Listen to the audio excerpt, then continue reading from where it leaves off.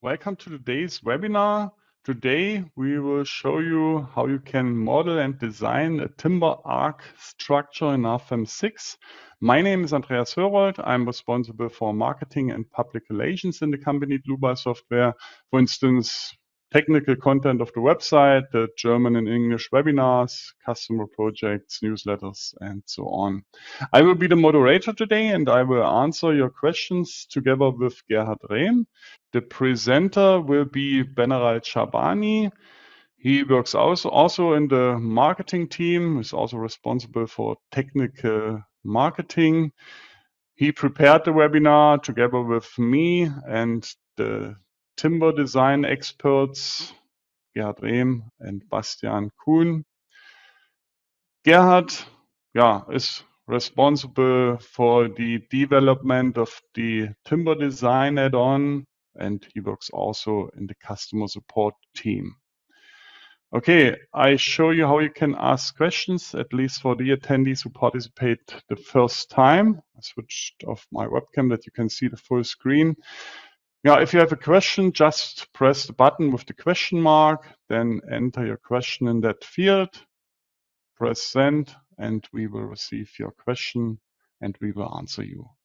The other way is to watch the entire webinar and then email questions to info@dlubal.com. Okay, that's for the moment all from my side. I hand over to Benaral. Benaral, it's your turn.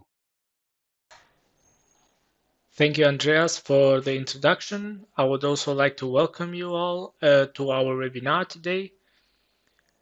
I would like to start with the agenda for today. At first, we will start by modeling the round arch hall in our program RFEM 6. A second, we will continue with the load input and the combinations. And at the end of it, we will see the design of the timber components according to Eurocode 5. To proceed with our project, I would like to go to our program RFEM 6. Here, I need to create a new model.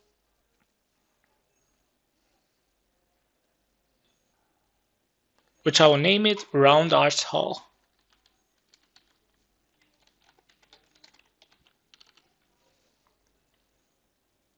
The add-ons that we will need today are the timber design and also the structure stability.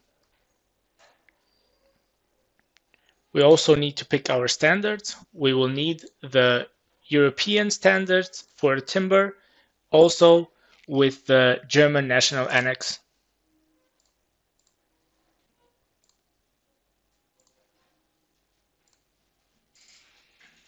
We can continue by tipping OK. There is a possibility that for the latest projects that we've done in RFEM 6, you probably would have here the materials or also the sections that you used before. To delete them, you can just go to the basic objects and say delete all basic objects.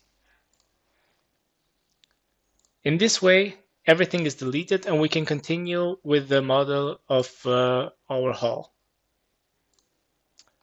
First, I will need to draw here an arc. To do that, I will pick here an arc via 3 nodes. Our hall needs to have a height from 5 meters and also a 20 meters wingspan. We have modeled our arc. Now we need to have a member from it.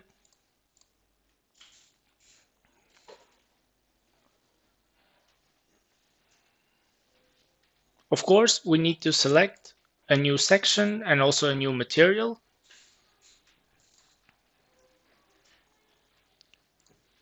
We will search here for the region in our library for European Union and a material type of timber. For our round arch hall, we will need a glue laminated timber, a GL28C. As a section type, we will choose Massive 1 for us to be able to just write our geometry. In this case, we need the geometry from 200 millimeters times 480 millimeters.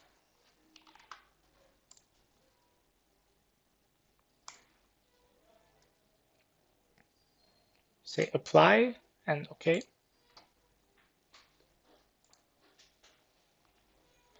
And we can see that we have our truss.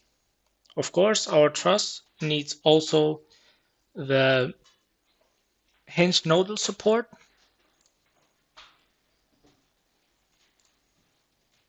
We just need to select the nodes and we will have our nodal support modeled.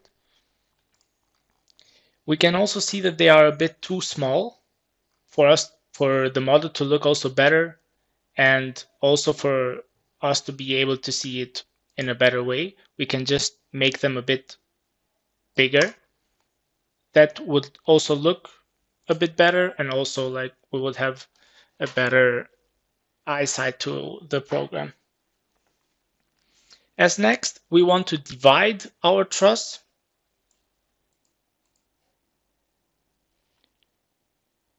In an intermediate nodes. We will divide it in 5 intermediate nodes. We need the nodes for the coupling. They are very important because the coupling rods should be located at these points where the nodes would be, and we can copy the truss. When we will copy the truss, we will also create the coupling rods. But we'll proceed here firstly with OK. We'll see that our member is divided in 5 nodes, 5 intermediate nodes. Before we copy it, we firstly need to create a member set. Here we don't need to do anything, we just press OK, and we can see that we already created a new member set. Now we can be ready for us to copy our member. To do that, we will need to check here, create copy. And for our round arch hall, we will need 5 number of copies. But as we said, here where the nodes are, we will need to have also the couplings.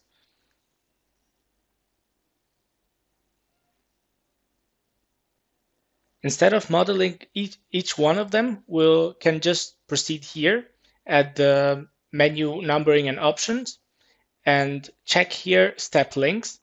And then we say here link nodes with line and also nodes with the member. Of course, here we need to also find another type of section. We go to the sections, but firstly we need to choose our member type as truss.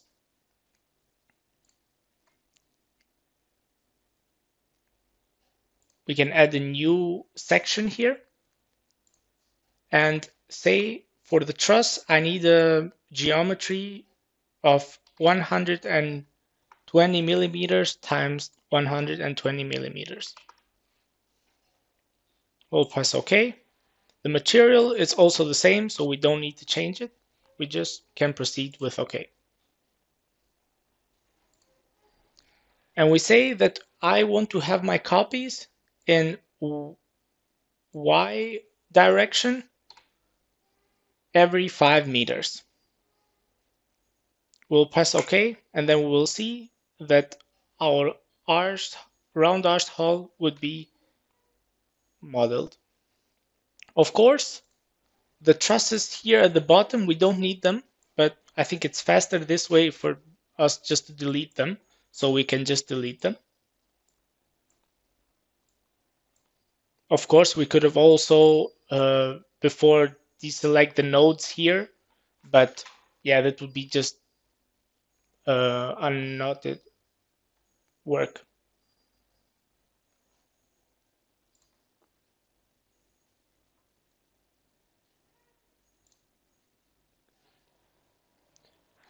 We can see that our hull is partially modeled. The next thing to do is to model here the beams that will serve as gable support. To do that, I will need to find another section, but this time not anymore as a truss, but as a normal beam. Of course, for our gable supports, we will need to choose a new section, which will have the geometry of 100 millimeters times 200 millimeters. We can press here OK to proceed. The material of the gable supports can still be the same, so we don't need to change anything here. I will first start to model them as shorter beams, and then later I will extend them until the next member.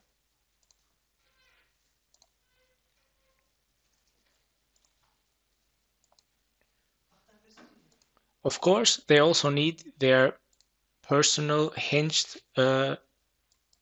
nodal support. We can select the node and proceed with OK.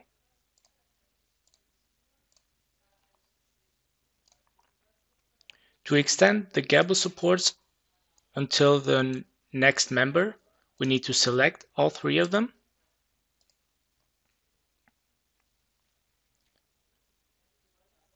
We can find here extend or trim member until through the next member or line. We can just proceed here with OK, and we can see that our gable supports are extended to the next member. We also need to turn the gable supports. We need to rotate them in a 90 degrees angle. That way the major axis will be in the longitudinal direction. To do that, we need to edit all three of them.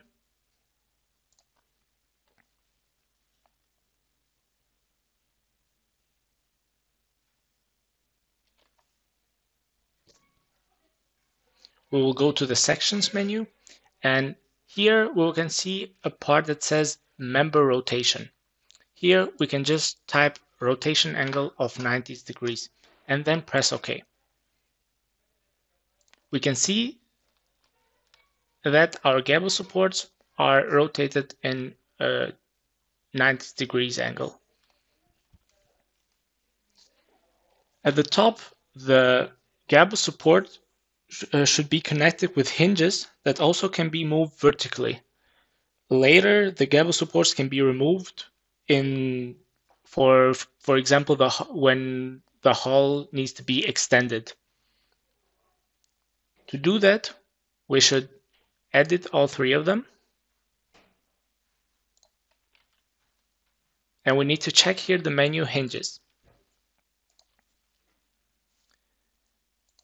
The hinges would be needed at the member end, so we will choose a new one.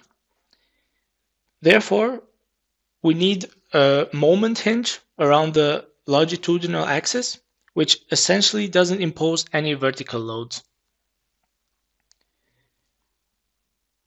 We will proceed here with OK. And then we can see that we have already modeled our hinges. Of course, we need the gable supports also for the other part, so we just can copy them.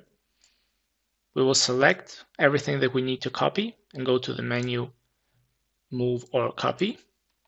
We'll select here the menu of Create, Copy, and we will need just one copy. Here, you need to also be careful because for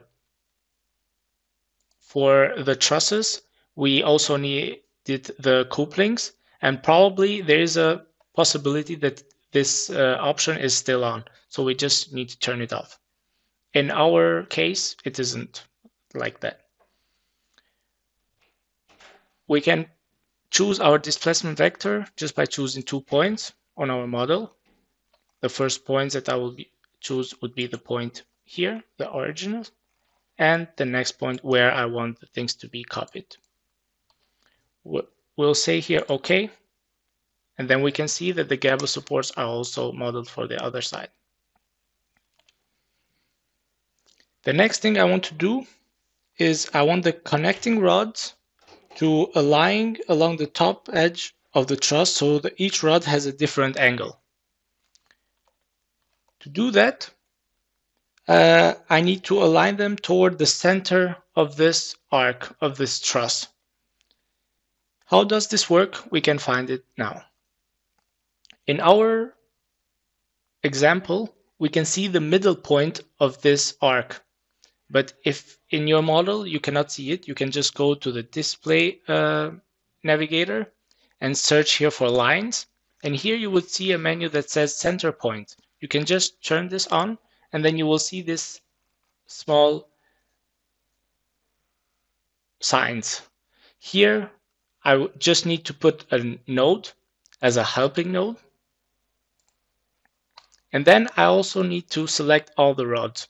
You can do it in a lot of ways, just by selecting here or going to the views by visibilities. We can activate them and then we can search for members by section. We know that our rods have a section of 100 millimeters times 120 millimeters times 120 millimeters. So we can just see them. We can select everything and then deactivate the visibilities. Now we can edit all of them. And at the menu member rotation, as a rotation type, I don't need an angle anymore, but I need a help node.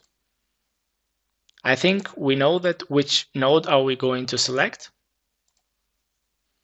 And in the plane X until Z. We'll say here OK. And then we will see that our rods have now an angle, a different angle from one another. They are also the same way as I wanted them to have. Now the thing is I need to do is the bracing. For that, I will create another section. As a member type, I will use tensions. Here, I also need to find another section and also another material. Firstly, I will choose the next material. I will need a material for steel. Here we go firstly to the library, and as material type, I will search for steel. I can also type here S235.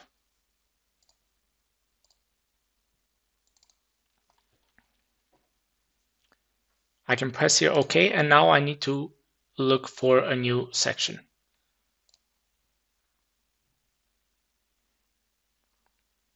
For our bracing, I would need a round.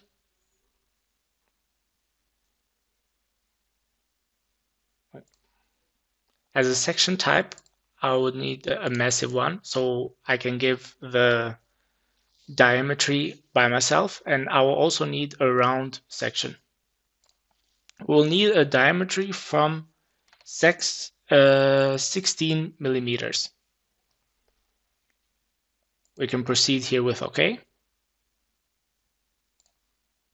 And then we can start to model it. For it to be easier for us, I can put our model into a wireframe model, so I can see every node and every line that I also need to select. Modeling the bracing can be done like this, or you can draw just one of them and then you can mirror the other side, or with a rotation. There is a lot of ways how to draw them. In our example, I will draw them until here, and then I want to mirror them for also the other side. To select all of them, I just click at the blue member representatives, and then I will go to the menu mirror. I will also need a copy from it and select the plane Y, Z. I will also need to pick a point here. which would be the node here, and just press OK. We can see that our round arch hull is fully modeled.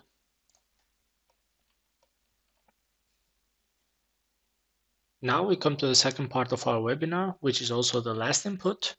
To proceed with that, I will firstly need to model at the Gable supports 2 load transfer areas, which will help with the load transfer. They are probably the biggest advantage that we have today in RFEM and that we also use in our model. Because of the roof construction, there are triangular and trapezoidal loads that apply to the Gable supports. Without the load transfer area, we would have to apply the triangular and other types of loads individually. That would be a waste of time, and it would also be a lot harder than just putting it with the load transfer. First of all, I will need to draw here a line which would help me and serve as the borders of the load transfer area. Second, I can just go to the menu here and select boundary. As a stiffness type, I will need a load transfer, and as if you can see, I cannot say that I want a thickness or a material because it's a surface that it's in the reality not there. It's just there in our program to help us with the load transfer. We will continue with OK, and then we will select our boundaries.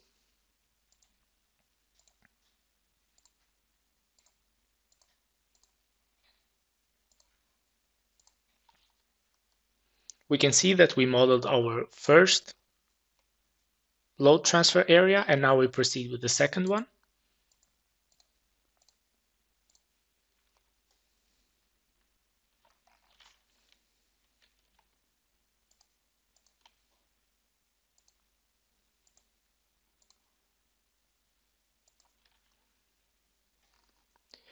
Now we also have the second one. Our hull tenses in x-axis. That's why we also need to go to the load transfer and select the category as a load transfer direction just in X stripes. That means that the surface is cut along the local axis into many surface stripes. The local axis we can see if you just put the mouse near the load transfer, and then you can see the the axis. The same thing we also need to do for the next load transfer area, and then we can proceed with OK. As the first load,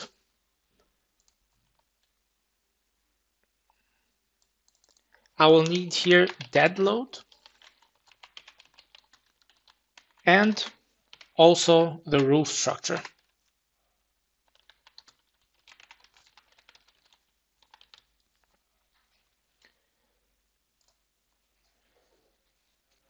I figured that here from truss to truss there would be trapezoidal profiles like sandwiches with insulation on top and a foil roof. I assumed it will weigh like 30 kilograms. Of course, the dead load can vary from hull to hull. I would need a new member set load and type here 1.5 kilonewtons per meter. As a load direction, it's global in Z on true length. And now I just need to select my member sets. We will press OK, and then we can see our load being generated. Of course, at the Gable support, it will be the half of the load.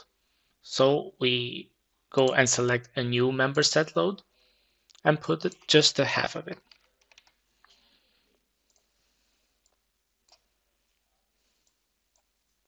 We will proceed with OK. Then we will be done with the dead load and the roof structure load. To proceed with the snow load, I would like to go to my presentation.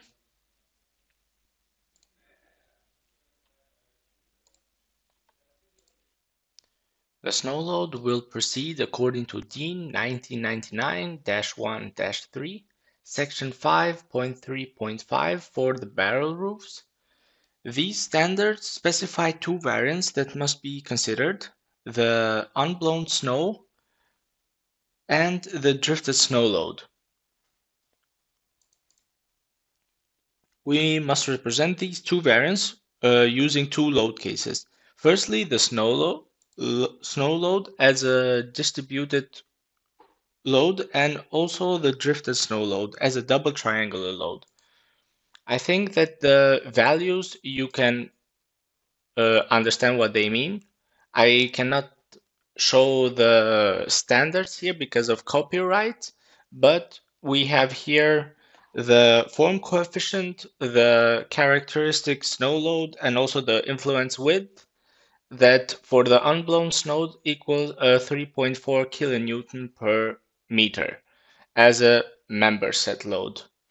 For the drifted snow, of course, we have different form coefficients. Here we have a 2.0, which will equal as an 8.5 kilonewtons per meter, and also as a second part, the half of it. To proceed with the snow load, I will also go again to the program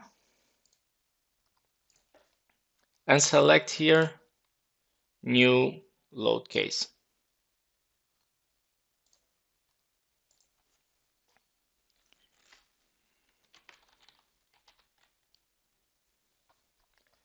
As an action category, I will need to choose here snow and consider with OK. Of course, I will need a new member set load.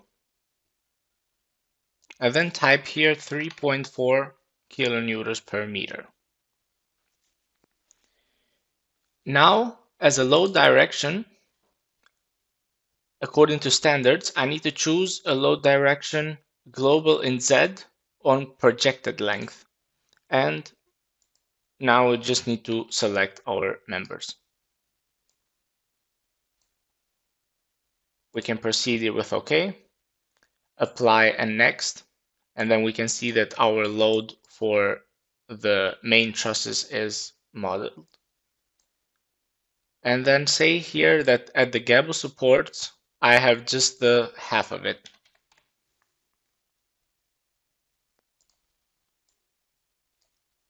We also select the gable supports and then proceed with OK. This way we are done with the unblown snow load. Now we can proceed with a new snow case, which is the drifted load. Of course, I need to put here a new load case, which I will name drifted snow load.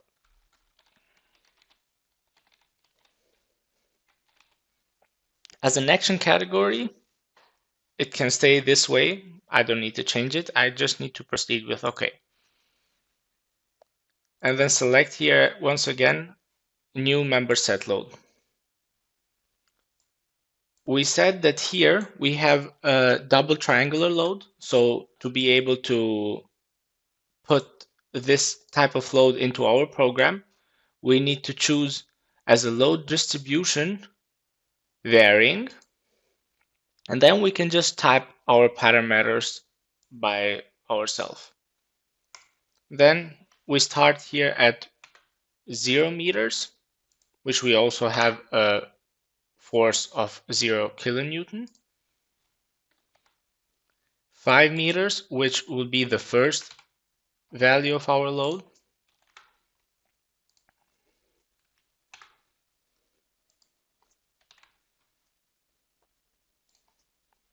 Here we have the half of it.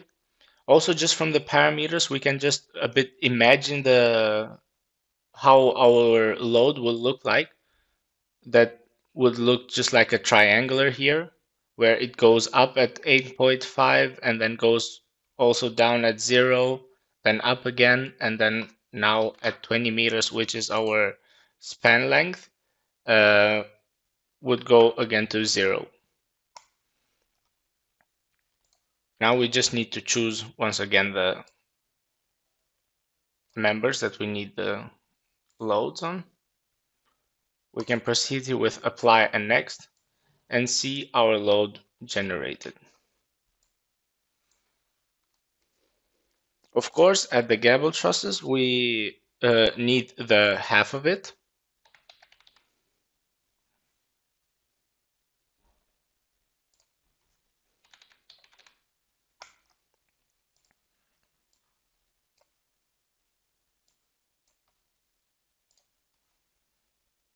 We can proceed here with OK, and yet we are done with the drifted snow load.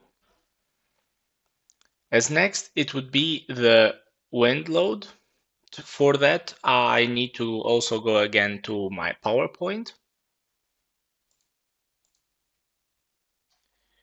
For the wind load on truss, like crosswise, we will have a load distribution according to DIN 1991-1-4, section 7.2.8 for curved roofs and domes, which will tell us to split our truss in 3 different areas, area A, area B, and area C.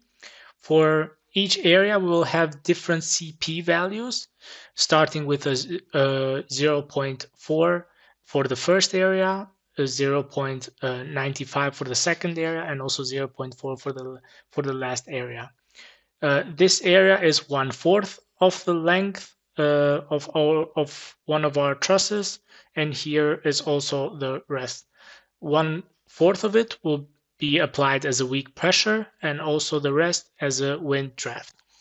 Therefore, we will look at our results that we have here as 1.3 kilonewtons per meter, 3.10 kilonewtons per meter as a wind draft, and also 1.3 kilonewtons per meter as a wind draft for the last part. Also, we will need to look at the benefit that we have in RFEM 6, that it was the area that we had on our gable supports, where we will calculate our load distribution according to DIN 1991-1-4, section 7.2.2 for vertical walls of buildings with rectangular floor plan, which will give us a load magnitude of 0.52 kilonewtons per square meters. To continue with the input of this load, I firstly need to go in our program again, and I will select here a new load case, which I will name it wind in plus X direction. As an action category, I don't need snow category anymore, but I will choose wind here, and I will press OK. Just like we did for the drifted snow load, I will need to use now a new member set load. As a load distribution, I don't need uniform anymore, but I need varying. Of course, the first thing to do is to know how long is one of our trusses. To do that in RFEM 6, we have a lot of ways. We can first, or which is also the simplest way, to go here at the table to the member sets and look at the length of each member set, which is 23.2. Or we can select one of the member sets and then say that I want to edit this member set. And then here we will have the length, which will be 23.2. We can continue with the input of our load. As I said, we need a varying load. In local coordinate system for the load to be perpendicular to our trusses, we will start here at 0 with the value of 1.3 kilonewton, 5.8, also with the value of 1.3 kilonewton. Here we will have our wind draft.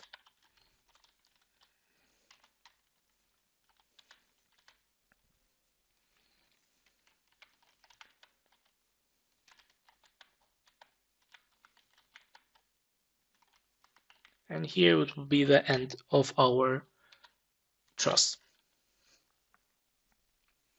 The next thing to do is to select the member sets where we need to apply our load. We can say here apply and next, and then we can see that our load has been generated. The next thing to do is to apply the same load with the half of the values for the gable supports, and I can just change the values here by adding 0.65, also 6.65, 1.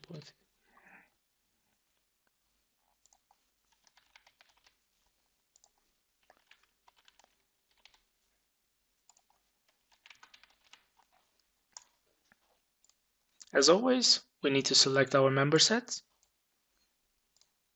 and then continue with OK. Here we have our load that has been generated.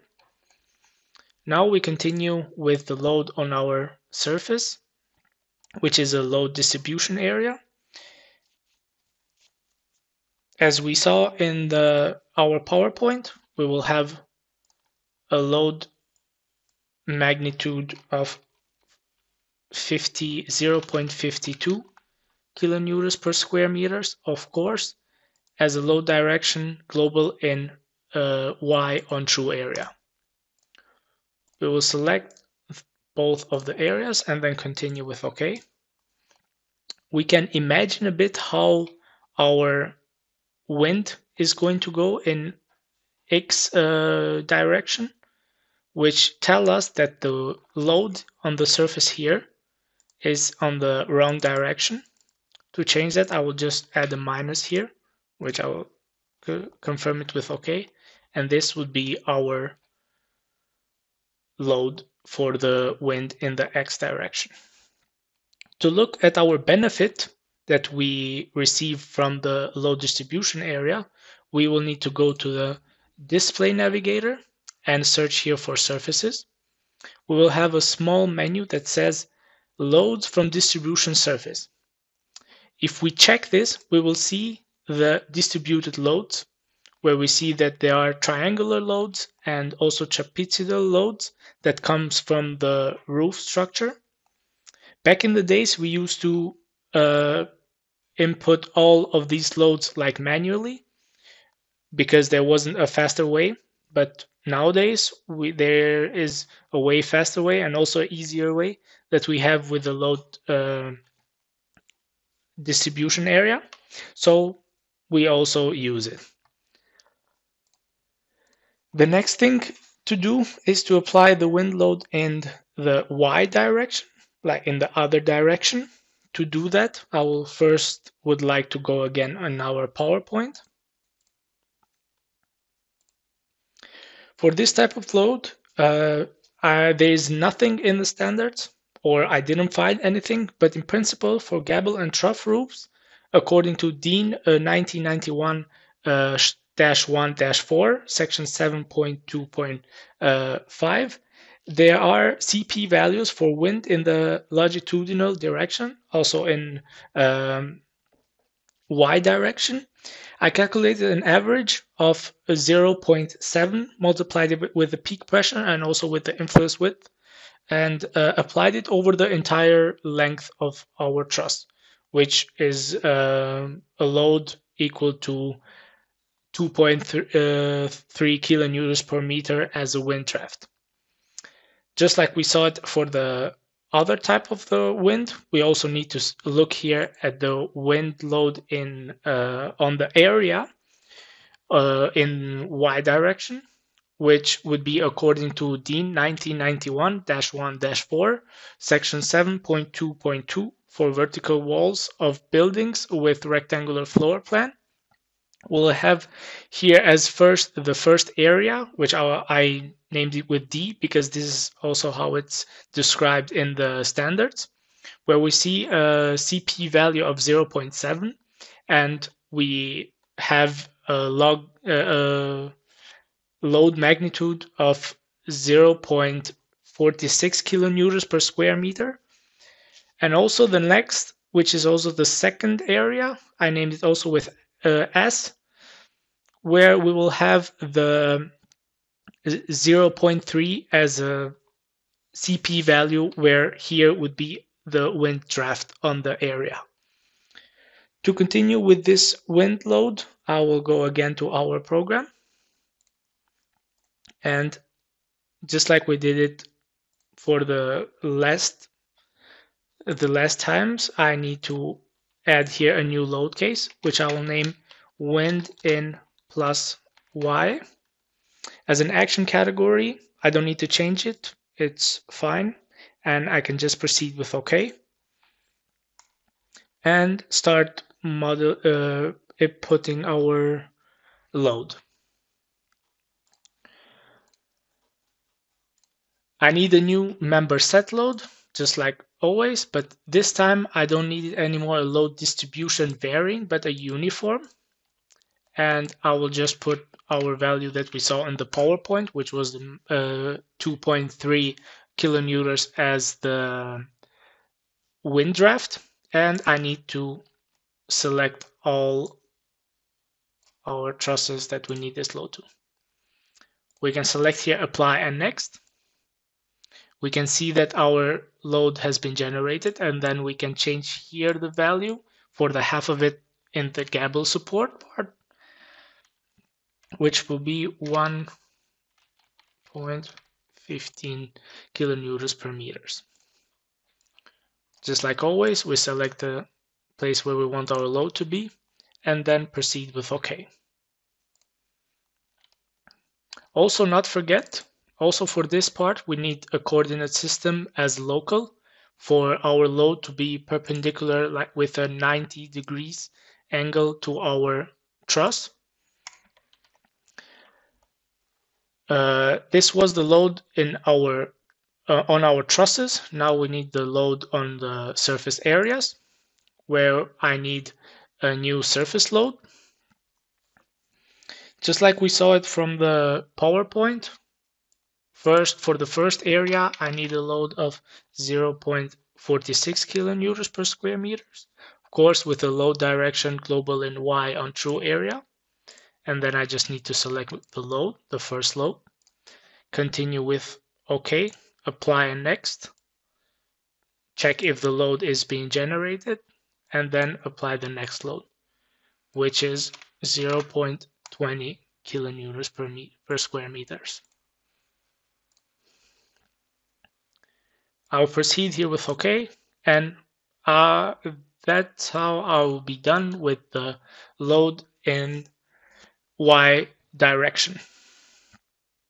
The next thing to do is to imply the imperfections, where I will go to the imperfection and select here new imperfection case.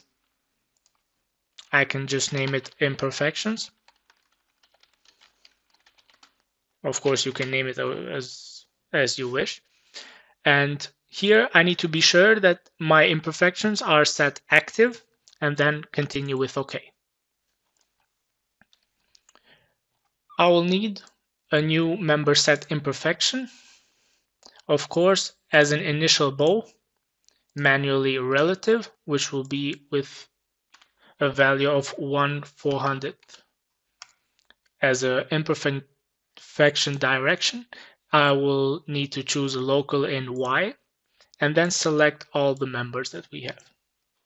Of course, we could have done it also by setting it manually, just by typing 1 until 6, but this way it's easy to do. We see that now our imperfections have been set. The last thing to do for the load input and the combinations is to apply a bracing for the tension rods, which of course it will be easier for me if I could just see the tension rods for me to be like easier to apply the bracing. To do that, we have a lot of ways in RFEM 6. One way could be just to press on the member representative, which I can select every one of them, and then say here visibility by selected objects for me just to be able to see just them.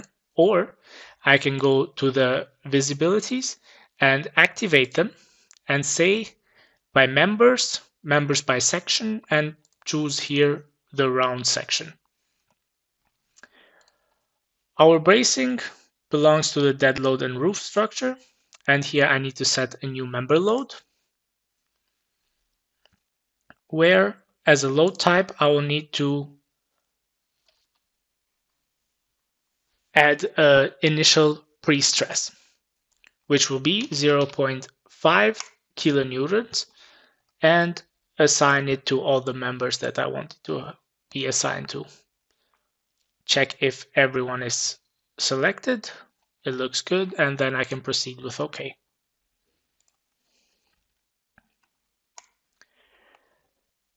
Now we are done with our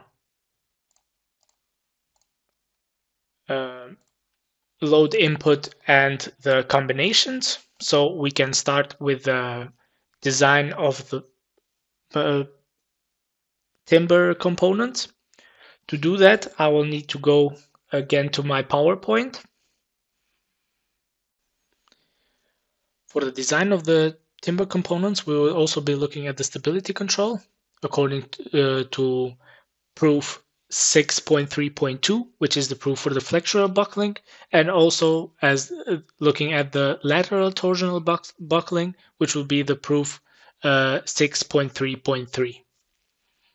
To continue, I will just need to go again to our program and to see if also we did a mistake or something, I will calculate everything. So we can also see the deformation for every load case.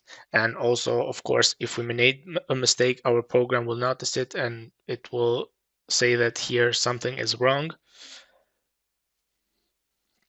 Of course, because we are calculating everything, this will take a bit of more time than just calculating just one singular snow load.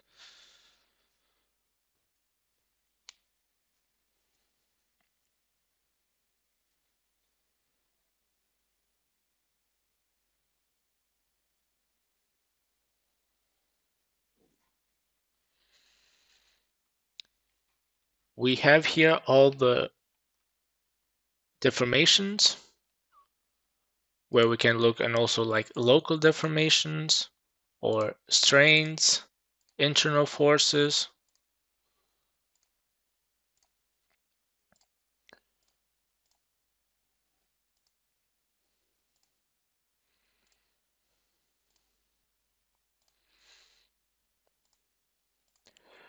We see here that we have like too much information, so we need to shorten up some things.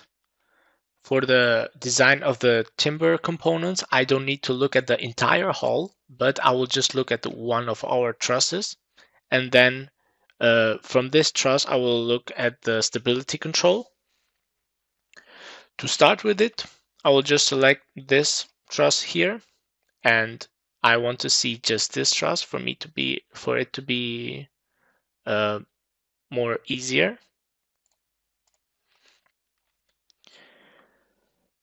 First of it, we need to check if the member orientation is correct. To do that, I will need to go here to the display navigator and search here for members and say here member orientation.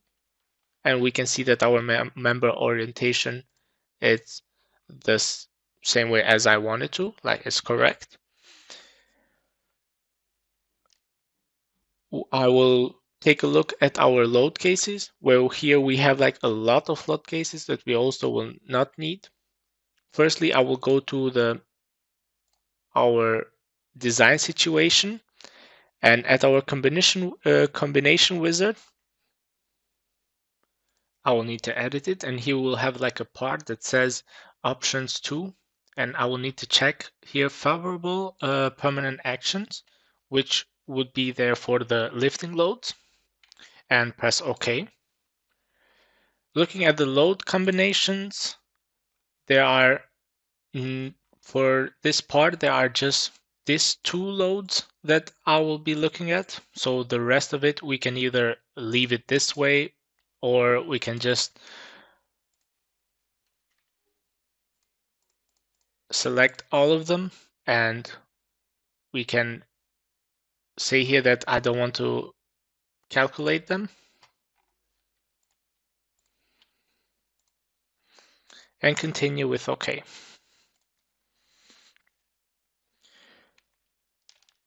To start with the design of the timber component, we will need to edit our member set.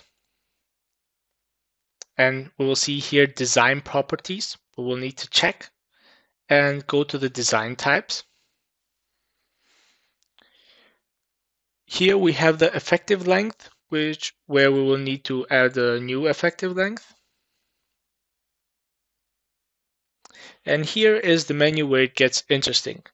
We say to the program, I will make a stiffening disk on top of it, and then I just need to prove the buckling around the major axis. So the flexural buckling around the minor axis and the lateral torsional buckling, we don't need to look at them for now.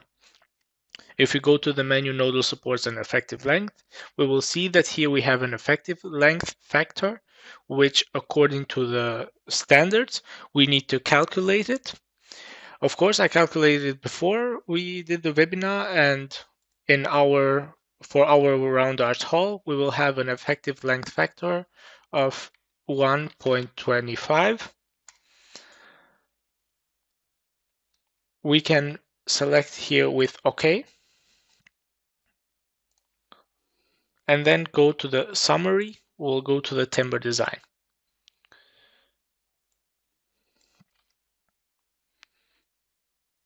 For the stability control, we always just need to consider the ultimate limit state. The rest, I don't need to look at them because this would be deflection, and we don't need the serviceability limit state. Of course, I also don't need to calculate every single truss, but just this truss that I have here. So I will go to the menu Objects to Design and deactivate everything. And here I will search for the member sets, where I will go at the selected objects and just select our member set.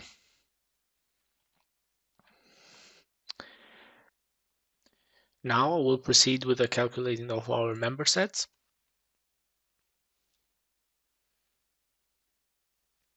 Where we can see that every proof is successfully achieved.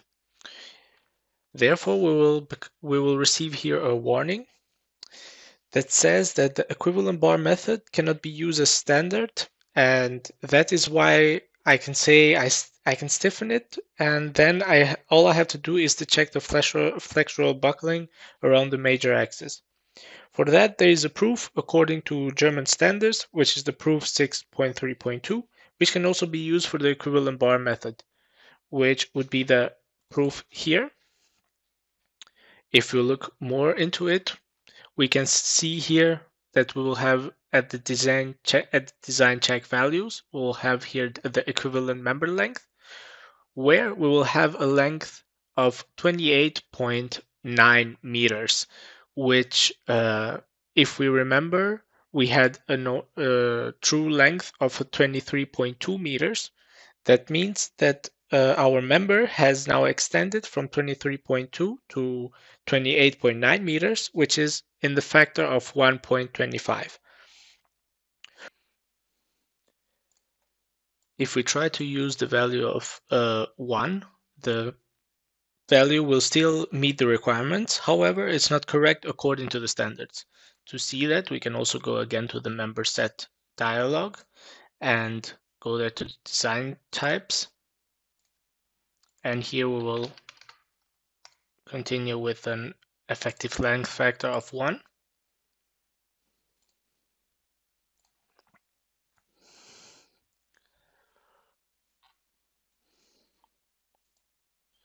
As I said, the proofs will always be like successfully achieved, but that is not correct according to the standards. Therefore, I'm using the equivalent bar method. That means I have to assume that it's braced and enter the 1.25 as an effective length factor.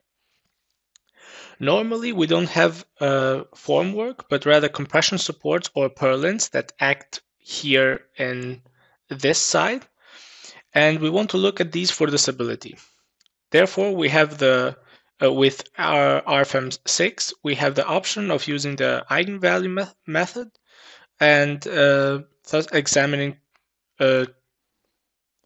proof, which is also like the proof for the lateral torsional buckling. To continue with that, we go to the same dialog again, and by editing our member set, design types, and then here we say we don't need the flexural buckling around the major axis, but the lateral torsional buckling with the eigenvalue method. If we don't enter anything here, it will be calculated as an unstiffened beam. We can try it out, say here OK, and then calculate.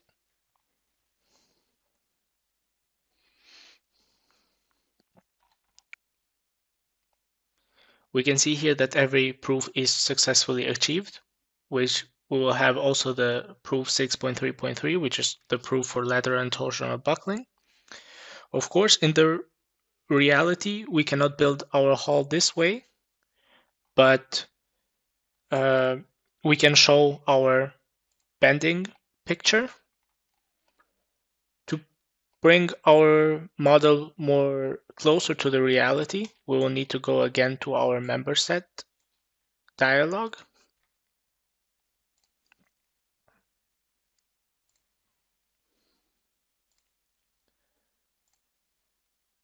Probably if I show it this way, it will be also easier for you to understand what I want to explain. Here I will select the intermediate nodes, and we also saw that from the beginning we have 5 intermediate nodes, so I will add 5 of them. The nodes will be there for us to make like supports which will imitate the purlins that will be here, which will bring our model and also our truss here closer to the reality. We will say here that they are hauled in Y direction, and in this way we can also imagine that here they will imitate the purlins. We can press here OK, and then calculate again our member set, where we will see that every proof is successfully achieved. Also with RFEM 6, we have the possibility to do something really fine to bring our model even closer to the reality, which will be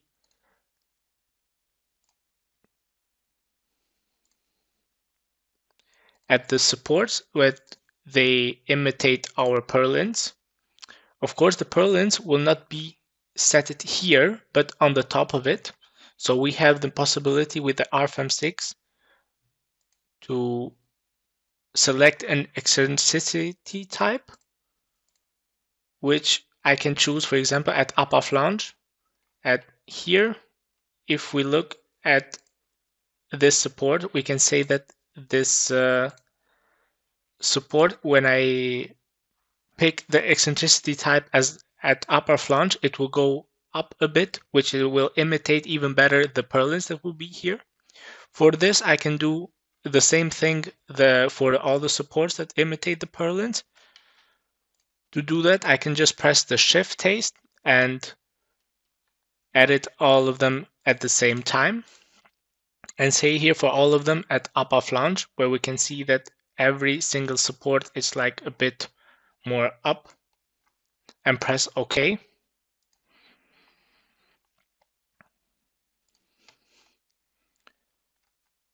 We can also calculate it again and show our proofs, which are, of course, are successfully achieved. And by this way, we have also our model. We brought our model closer to the reality. If we will look at the proof 6.3.3, we will see that here is the proof there we can, where alpha crit is determined, which will be the calculation here. That was all from my side. I hope it was not so long and you could understood everything. Andreas, now it's your time again. Thank you. Thank you, Benerald, for the presentation. I have an additional hint. Yeah, just register for our online courses. The RFEM 6 course, that's a course for beginners. The Eurocode 2 course, for the concrete design. Eurocode 3 for the steel design. Eurocode 5 for the timber design. And there are also course packages available. More information and prices can you get when you scan the QR codes in the middle, or you can press the button with the links.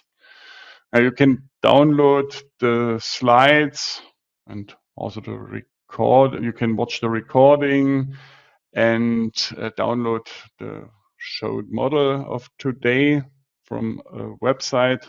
You get a link to the website in the next days via email. Yeah, okay. Then I have another hint for you. I switched to our website. Quite new is the Dlubal community. You can join the community. You can ask questions there, and they will be answered by our experts or by other members of the community. You will get also the newest information of our software. Feel free to press that button and register for the community. Okay, that's also all from my side. I thank you for your attention. Thank you, Benerald, for the presentation. Thank you, Gerhard, for your help by answering the questions. I wish all a nice rest of the day. Bye-bye.